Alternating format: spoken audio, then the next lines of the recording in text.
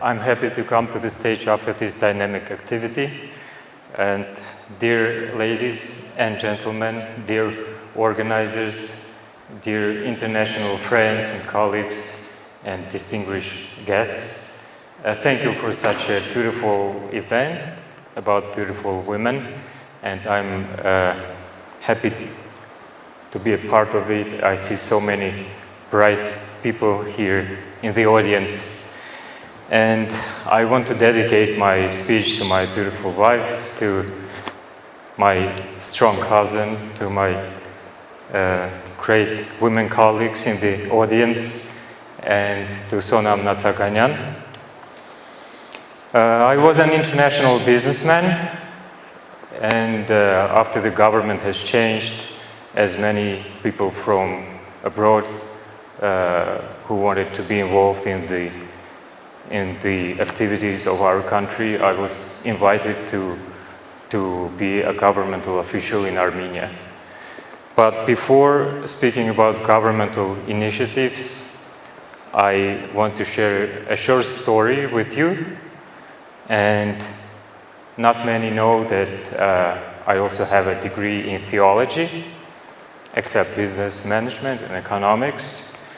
And because this is an event about women, I want to tell you one secret. Women like secrets. So if we go through scriptures, there is an interesting explanation.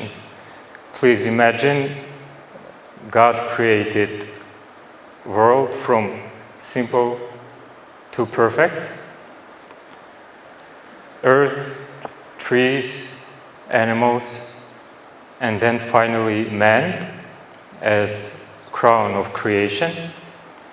But he said it is not good, and he created women. And after he said it is good. So it means that only together everything is possible. And the secret is that woman was created later. It means that women are more perfect than men. And please remind it to men as more often as possible. But at the same time, it is more difficult for women. That's why, again, we need to be together. So now back to Earth and to Armenia. Armenia is becoming a regional hub for international companies and experts to come and join.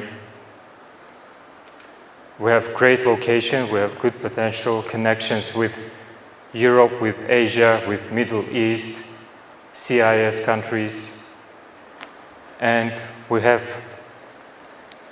in the top 10 countries of ease of registering businesses and registering properties. Yerevan is very safe, one of the safest cities in the world, and people are very friendly.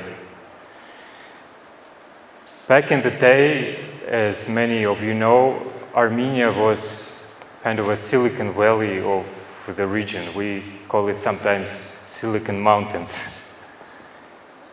And if somebody doesn't know, there is this great place, location, engineering city. I really recommend you to visit it. It's a gathering of engineering companies, and they're doing a great job, and they have a big museum. And I really encourage you to visit and see, back in the day, which inventions were created in Armenia. From electric motor in 1961, can you imagine, to computer. And Armenian inventors are quite famous in the world with their inventions, from oxygen mask to color TV, and many of them are women, like Mary Papazian, president of San Jose University in California, like Karine Movsisyan, the youngest scientist in EU, like Anna Kazanchyan. She helped to establish the American Saturn rocket launch, and Ani Abrahamyan, the nuclear physicist. She was here with us at the audience. And our government wants to rebuild our heritage. We know that historically the only way of economic growth is knowledge-based economy. And recently, no country has succeeded without making investments in innovation. We have big potential, high-quality Armenian products made in Armenia, technologies, science, and of course, people, human capital. You know, I ask many international businessmen who come to Armenia, I say, what is the main reason? And many of them say, people. We see so many young, talented guys and girls, and we want to work with them. And I would say that in institutions, even in engineering institutions, there are many women.